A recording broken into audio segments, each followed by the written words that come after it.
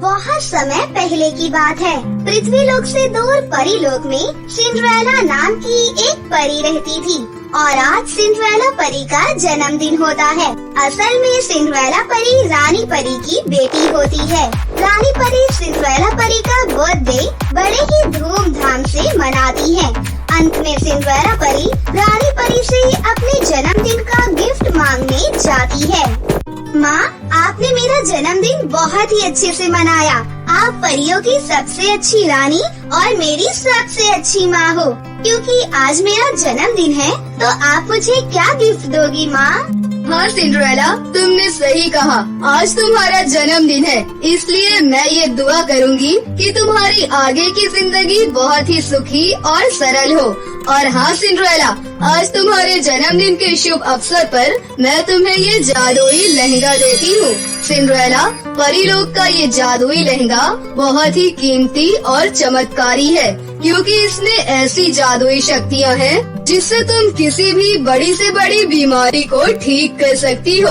और हाँ सिंड्रेला, इस जादुई लहंगे के चमत्कार से तुम मरे हुए लोगों को भी जिंदा कर सकती हो। लेकिन हाँ, एक बात याद रखना कि वो इंसान एक निर्दोष और जरूरतमंद होना चाहिए, तभी तुम्हारे इस जादुई लहंगे का जादू उस पर असर करेगा। मेरी बातों को तुम ठीक से समझ गई हो ना सिंड्रेला? हाँ माँ, मैं आपकी बातों को समझ गई हूँ कि ये जादुई लहंगा बहुत ही कीमती है। मैं इसे अपने पास बहुत ही अच्छे से संभाल कर रखूंगी और इसे कभी भी गलत हाथों में नहीं पड़ने दूंगी। माँ, मुझे आपका बर्थडे गिफ्ट बहुत पसंद आया। मैं अभी ये जादुई लहंगा पहन कर आती हूँ। इस तरह सिंड्रेला परी रानी परी का धन्यवाद कर वहाँ से चली जाती है। इसके बाद सिंड्रेला परी वो लहंगा पहन लेती है, जिसे पहनने के बाद सिंड्रेला परी के अंदर जादुई शक्तियाँ आ जाती हैं। फिर सिंड्रेला परी वो लहंगा पहनकर अपनी माँ को दिखाती है। ये देखिए माँ, मैं इस लहंगे को पहनकर और भी ज्यादा सुंदर हो गई हूँ। मैं अपना ये लहंगा पहनकर पृथ्वीलोक पर जाना चाहती हूँ और जरूरतमंद लोगों की मदद करना चाहती हूँ। ठीक है सिंड्रेला, मेरा आशीर्वाद हमेशा तुम्हारे साथ है। तुम आराम से पृथ्वीलोक पर जाओ और कुछ दिन बिता कर आओ।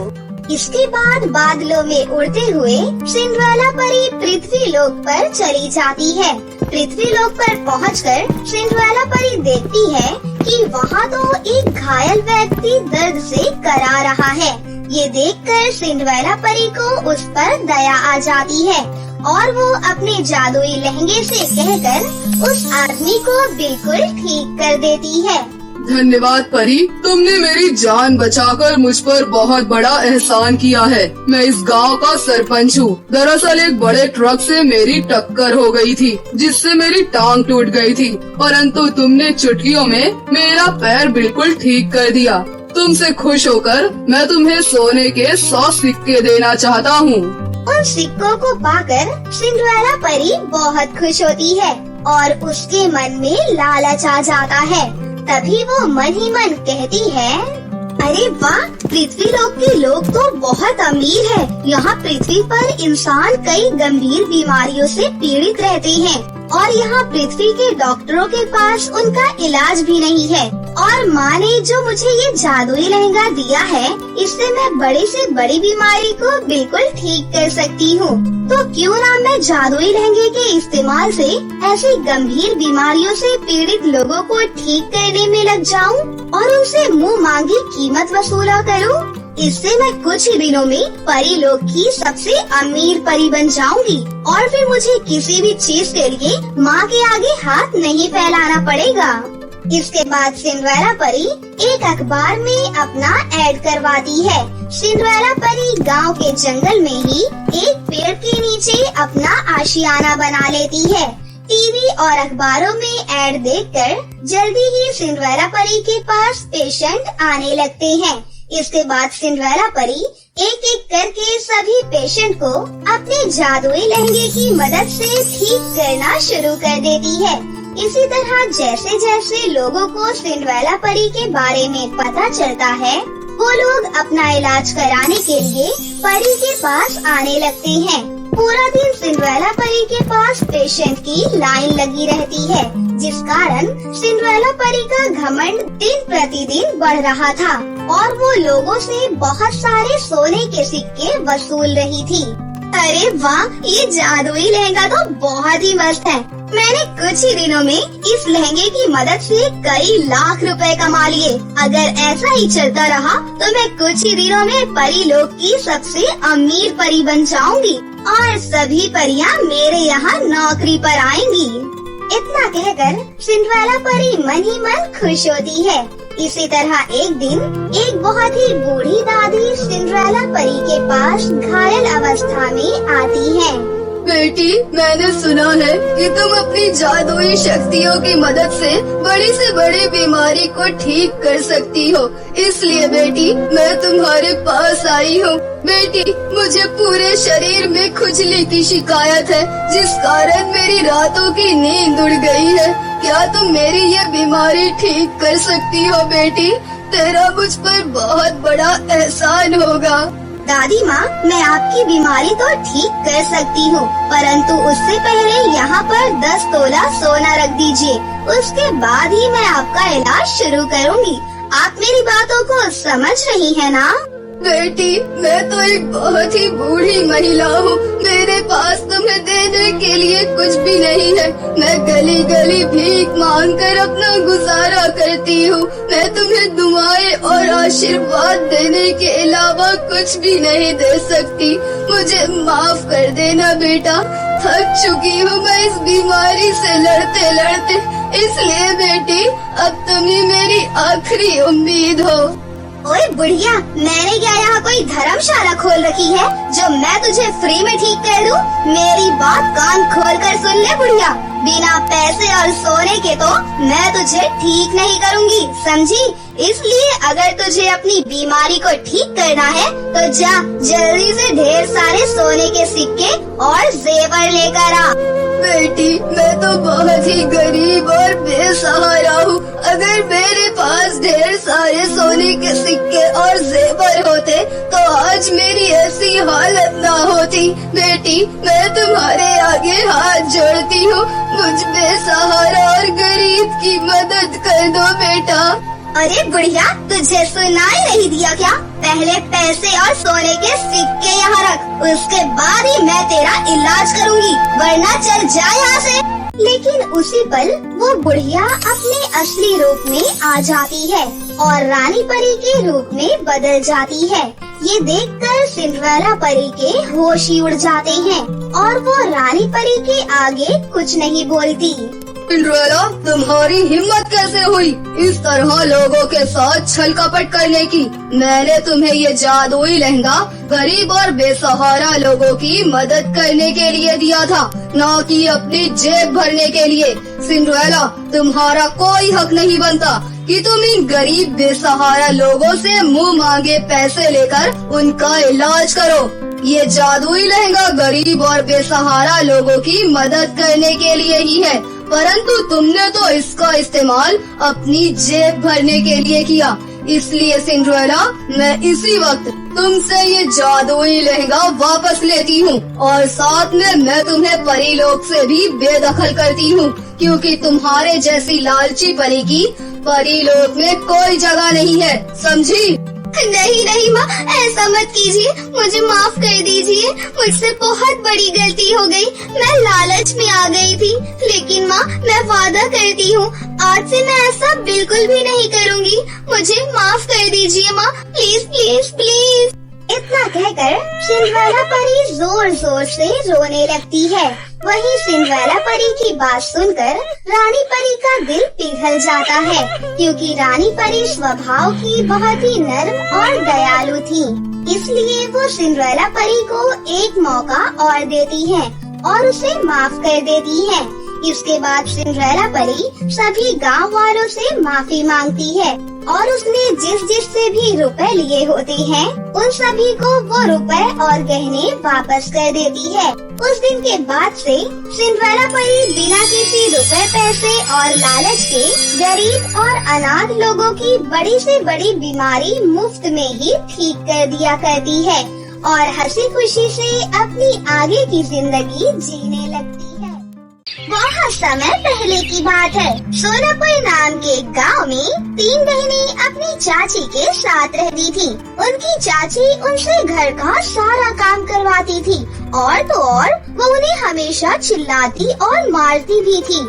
वो खुद तो स्वादिष्ट खाना खाती, लेकिन तीनों बहनों को खाने के लिए बासी खाना ही देती थी। चाची का अपना भी एक बेटा था जिससे चाची बहुत प्यार करती थी और उसे हर चीज ला कर देती थी। ऐसे ही एक दिन तीनों बहनें सुबह में देर तक सो रही थी कि तभी वहाँ पर उनकी चाची गुस्से में आ जाती है और उन्हें चिल्लाते हुए कहती है, अरे ओ महारानियों, ये कोई तुम्हारे बाप का घर नहीं है जो तुम आराम फरमा रही हो। उठो और उठकर काम करो। काम करोगी तो ही खाना मिलेगा, वरना तीनों को भूखे ही रहना पड़ेगा। फिर बैठकर तीनों रोती रहना। चाची के इतना कहते ही तीनों बहनें उठकर बैठ जाती हैं। तभी रानी कहती है, माफ करना चाची जी, कल हम बहुत थक गई थी, इसीलिए उठने में थोड़ा सा लेट हो गया। मैं बस जा रही हूँ काम करने के लिए। इतना कहकर रानी काम करने के लिए वहाँ से चली जाती है। दीदी, हमारे मम्मी पापा कहाँ हैं? वो कब आएंगे? इतने साल हो गए हैं, वो आज तक हमसे मिलने क्यों नहीं आए दीदी? तारा, हमारे मम्मी पापा नेपाल में रहते हैं, इसलिए वो इतनी जल्दी हमसे मिलने नहीं आ सकते। पर तुम चिंता बिल्कुल भी मत करो, वो बहुत जल्द हमसे मिलने आएंगे। दीदी, मम्मी पापा जब आएंगे ना तो मैं चाची जी की शिकायत करूंगी कि ये हम तीनों को कितना मारती है, कभी भी हमको प्यार नहीं करती। दीदी, मम्मी पापा से बोलो ना जल्दी से वापस आ जाएं, मुझे उनकी बहुत याद आती है। हाँ मेरी प्यारी बहन, मैं मम्मी पापा से कहूँगी कि वो जल्दी से आ जाएं। हम तीनों को उनकी बहुत याद आती है। इतना बोलकर चंदा भी काम करने के लिए वहाँ से चली जाती है और रानी से आकर कहती है, दीदी, हम कब तक तारा से ये बात छुपाते रहेंगे कि माँ पापा कभी भी नहीं आएंगे? वो कई साल पहले मर चुके हैं, हमें छोड़कर चले गए हैं। नहीं बहन, अभी तारा बहुत छोटी है, इसलिए उसे ये बात बताना सही नहीं होगा। और फिर वो दोनों बहनें अपने अपने काम में लग जाती हैं। जहाँ रानी खाना बनाती है तो वहीं चंदा कपड़े धोती है और छोटी सी तारा पूरे घर में झाड़ू लगाती है। ऐसे ही काम करते हुए उनका पूरा दिन बीत जाता है, जिस वजह से तीनों बहनें थक कर थोड़ा आराम कर रही होती हैं कि तभी चाची गुस्से में वहाँ पर आ जाती है और उन पर गुस्सा करने लगती है। अरे तुम सबको किसने कहा आराम करने को? काम चोर करम जली, खाना बनाने के लिए लकड़ियाँ क्या तुम्हारा बाप लेकर आएगा? जल्दी से अपना अपना मुंह उठाओ और जंगल से लकड़ियाँ लेकर आओ, क्योंकि मेरा बेटा बस आने ही वाला है। फिर वो तीनों बहनें लकड़ियाँ ढूंढने के लिए जंगल में चली जाती हैं और लकड़ियाँ चुनकर उन्हें घर ले आती हैं और जल्दी जल्दी अपने भाई के लिए खाना बना लेती हैं। तभी कुछ देर में विनोद भी घर वापस आ जाता है। माँ, मुझे बहुत जोरों की भूख लगी है, जल्दी से बस खाना लगा दो। अभी लाई मेरा बच्चा, तू हाथ मुँह धो ले, मैं टेबल पर खाना लगा देती हूँ। फिर विनोद हाथ मुँह धोकर आता है और खाना खाने लगता है।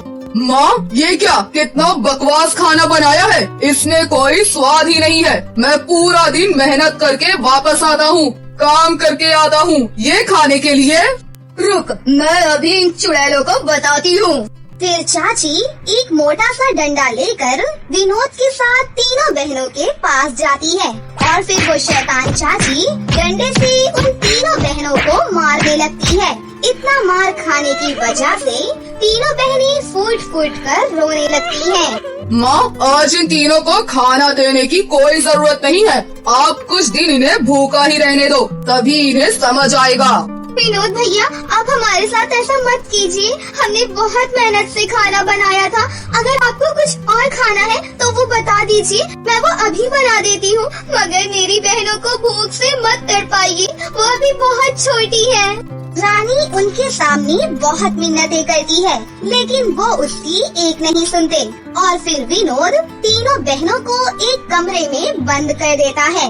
इस तरह उन्हें कमरे में बंद हुए 2 दिन गुजर जाते हैं। भूख और प्यास से छोटी तारा की हालत खराब होने लगती है। दीदी दीदी, मुझे बहुत प्यास लगी है, पानी पीना है मुझे पानी लाकर दो ना, पानी।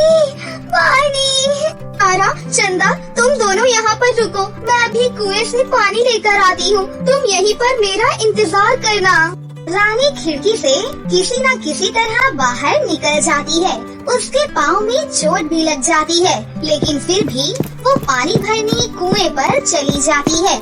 आखिरकार किसी तरह वो कुएं के पास पहुँच ही जाती है, लेकिन कुएं पर पहुंचकर वो जोर जोर से रोने लगती है। माँ, पापा, आप हमें छोड़कर क्यों चले गए?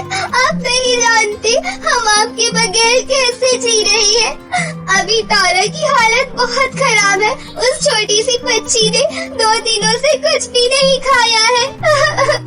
रानी ऐसे ही रो रही थी कि तभी उसकी कुछ आंसू की बूंदें कुएं पर गिर जाती है और उस कुएं से तेज रोशनी आने लगती है और तभी वो कुआं बोल पड़ता है। बेटा चुप हो जाओ, तुम्हारे सभी दुख खत्म हो जाएंगे। ये लो जादुई 3 लहंगे, तुम्हारे और तुम्हारी बहनों के लिए। तुम्हें जब भी कुछ चाहिए होगा, ये जादुई लहंगे तुम्हें वो सब कुछ देंगे। क्या सच में? धन्यवाद कुआं जी। उसके बाद रानी खुशी खुशी वो लहंगे लेकर अपने घर आ जाती है और अपनी बहनों को वो जादुई लहंगे के बारे में बताती है, जिसके बाद तीनों बहनें वो जादुई लहंगे पहन लेती हैं। लेकिन तभी रानी जादुई लहंगे से कहती है, हे जादुई लहंगे, हमें बहुत तेज भूख लगी है, हमें कुछ खाने के लिए दे दो। रानी के इतना कहते ही वहाँ पर बहुत सारा खाना आ जाता है और रानी की दोनों बहनें उसे देखकर हैरान हो जाती हैं। पर ये सब उनकी शैतान चाची और विनोद भी देख लेता है। अच्छा, तो ये तीनों जादुई लहंगे हैं। रुको, अभी इनसे ये लहंगे छीन लेती हूँ। चलो तुम तीनों, मुझे दो ये लहंगे। मैंने कहा मुझे दो, अभी के अभी। नहीं चाची जी, ये लहंगे हमारे हैं, मुझे ये जादुई कुएं ने दिए हैं। हाँ, हम ये लहंगे आपको नहीं दे सकते चाची जी, आपने हमसे सब कुछ तो छीन लिया, इसे तो मत लो चाची जी। क्या कहा? नहीं देगी? मैं खुद ले लूंगी फिर। विनोद, चल छीन ले इनसे बेटा। फिर चाची और विनोद तीनों बहनों से लहंगे छीनने के लिए आगे बढ़ते हैं, लेकिन तभी तारा अपने जादुई लहंगे से कहती है, हे जादुई लहंगे, मारो इन दोनों को। जादुई लहंगे के जादू से उन दोनों के ऊपर बड़े बड़े पत्थर गिरने लगते हैं और वो दोनों जख्मी हो जाते हैं। अरे तारा बेटी, माफ कर दो अपनी चाची को। अरे रोक दे बेटा, रोक दे, वरना मर जाएगी तेरी चाची। जाने दे तारा, माफ कर दे इन्हें, लेकिन ये बहुत गंदी है, ये हमें बहुत मारती है। अरे नहीं नहीं बेटा, माफ कर दे मुझे, आज ये बात कभी भी नहीं मारूंगी। फिर तारा अपने जादुई लहंगे से रुक जाने के लिए कहती है और उसके बाद वो तीनों बहनें वहाँ से चली जाती हैं और गांव के बाहर जाकर अपना एक नया सा घर बनवाती हैं। जादुई 3 लहंगे की मदद से वो आज एक नई जिंदगी जी पाती हैं और उन्हें अपनी शैतान चाची से छुटकारा भी मिल जाता है। हेलो दोस्तों, आज मैं आपको जो कहानी सुनाने जा रही हूँ, ये कहानी है अमीर गरीब बहू के बंटवारे की। तो चलिए दोस्तों, देखते हैं आज की ये कहानी।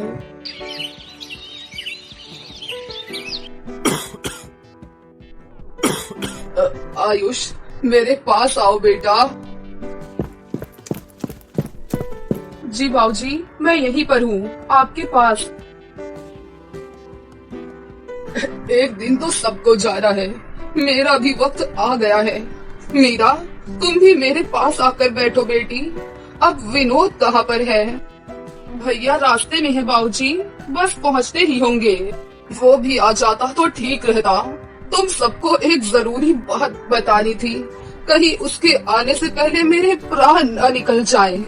ऐसा ना कहिए पिताजी, आपको कुछ नहीं होगा। भैया भाभी बस आते ही होंगे। आएंगे, जरूर आएंगे वो, पर मेरे चले जाने के बाद, और आते ही अपना हिस्सा मांगेंगे। अच्छे से जानता हूँ उन दोनों को। तुम दोनों बहुत भोले हो और वो दोनों एक नंबर की चालाक। खैर, अब जो मैं बताने जा रहा हूँ उसे बहुत ध्यान से सुनो। मैंने इस तरह किशन लाल स्वर्ग से भाग गए और उनकी बात अधूरी ही रह गई।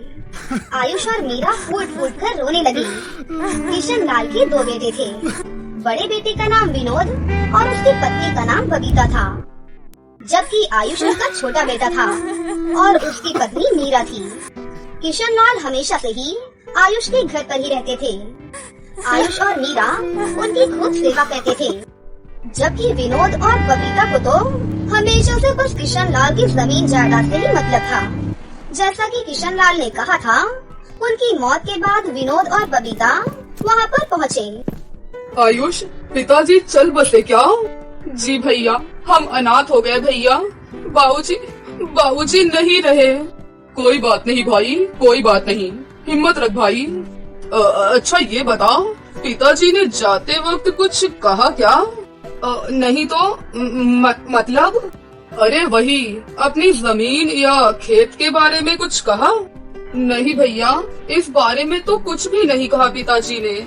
हाँ तो ठीक है ना, आप 2 ही भाई तो हो, आधी आधी बांट लो जमीन। भाभी, अभी अभी तो पिताजी का देहांत हुआ है, ये सब बातें तो बाद में भी हो सकती है ना। हाँ बिल्कुल, मैं कौन सा अभी कोई कागज पत्र मांग रही हूँ। विनोद और बबीता एक नंबर के लालची थे। विनोद बहुत पहले ही पैसे कमाने के चक्कर में शहर चला गया था और शहर में रहकर उसने अच्छा खासा पैसा भी कमा लिया था, जबकि आयुष सिर्फ इसलिए गांव में रहा ताकि वो अपने पिता की देखभाल कर सके और खेती बाड़ी संभाल सके। इस तरह से विनोद के मुकाबले आयुष हमेशा से गरीब ही रहा। लेकिन इस बात से ना तो आयुष को कोई अफसोस था और ना ही उसकी पत्नी मीरा को।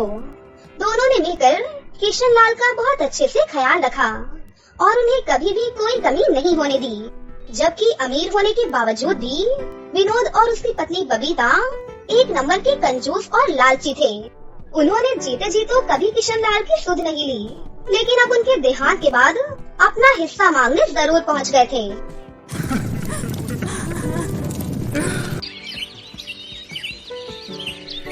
आयुष, अब तो सारे काम निपट गए हैं और मेरी छुट्टी भी खत्म होने वाली है। अब जरा बंटवारा कर लेते हैं। भैया, बंटवारा करना जरूरी है क्या? और नहीं तो क्या आयुष भैया, आप तो रहते ही गांव में हो, अपने जमीन की देख रेख कर ही लोगे, और हम शहर से कहाँ आते रहेंगे बार बार। इतना टाइम थोड़ी नहीं होता हमारे पास। अब बंटवारा हो जाए तो हम अपने हिस्से की जमीन बेचकर निश्चित हो जाएं और फिर चले जाएंगे वापस।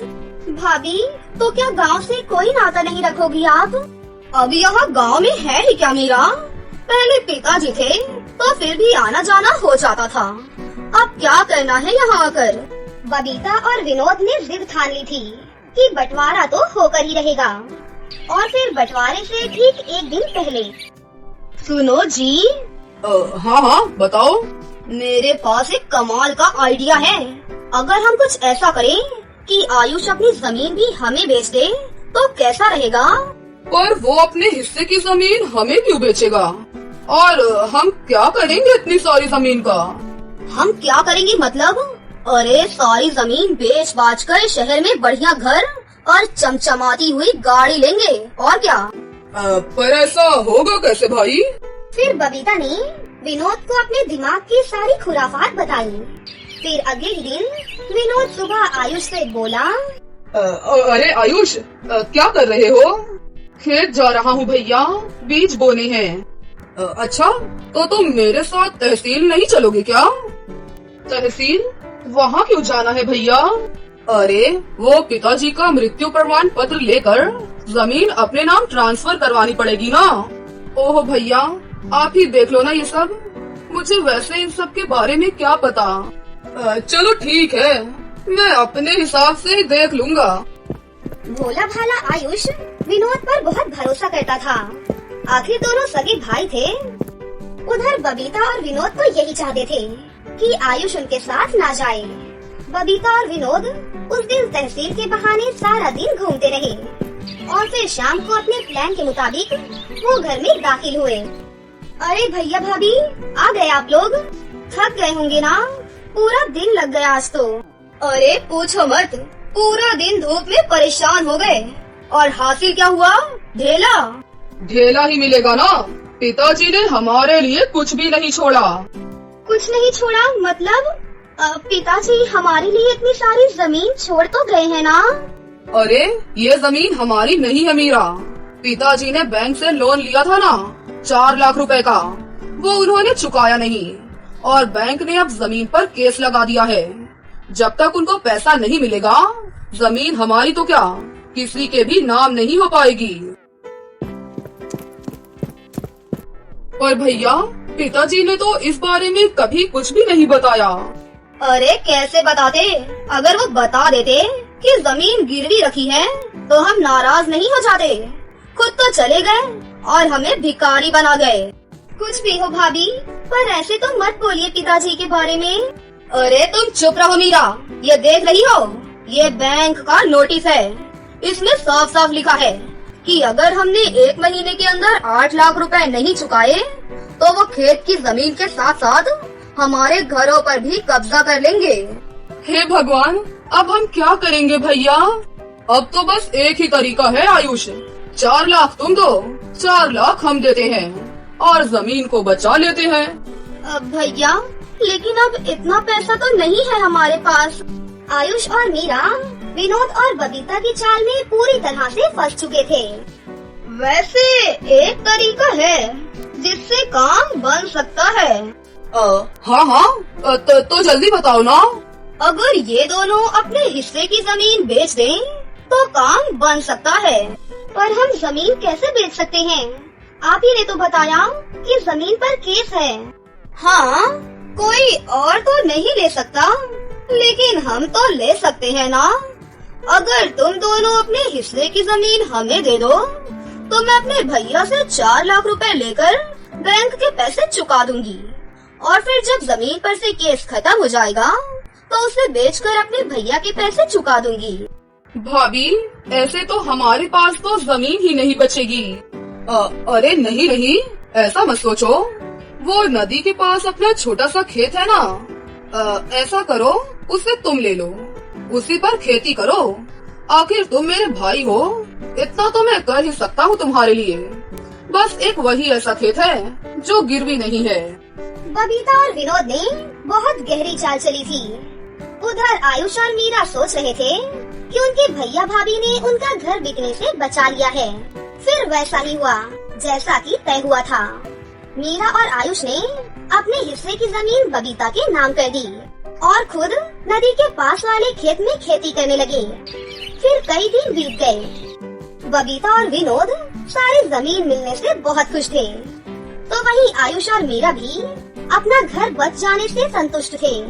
लेकिन वो कहते हैं ना कि जो जैसा बोता है वैसा ही काटता है। एक दिन सुबह सुबह नदी के पास वाले खेत में मीरा, जल्दी इधर आओ। क्या हुआ जी? ये देखो, खेत में जुताई करते हुए मुझे क्या मिला। जुताई करते हुए आयुष को एक लकड़ी का बक्सा मिला था जिसमें ढेर सारे सोने के सिक्के भरे हुए थे। तो वहीं दूसरी तरफ ठीक उसी वक्त शहर में बबीता के घर की घंटी बजी। ये घर विनोद का है? जी हाँ। आप कौन? हम लक्ष्मी सागर बैंक से आए हैं। आपके पिता किशन लाल ने 5 लाख रुपए का लोन लिया था हमसे और उन्होंने उसकी सिर्फ 3-4 किश्तें ही चुकाई हैं। हम गांव में आपकी खेती की सारी जमीन अपने कब्जे में ले चुके हैं और उसकी नीलामी करेंगे।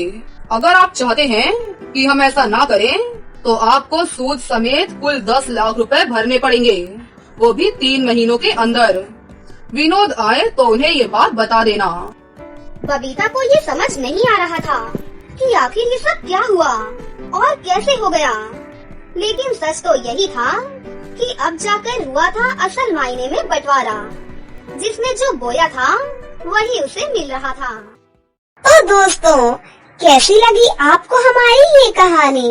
अगर आपको हमारी कहानी अच्छी लगी हो तो इसे जरूर लाइक करें, साथ ही हमारे चैनल को सब्सक्राइब भी कर लें और बेल आइकन को दबाना ना भूलें।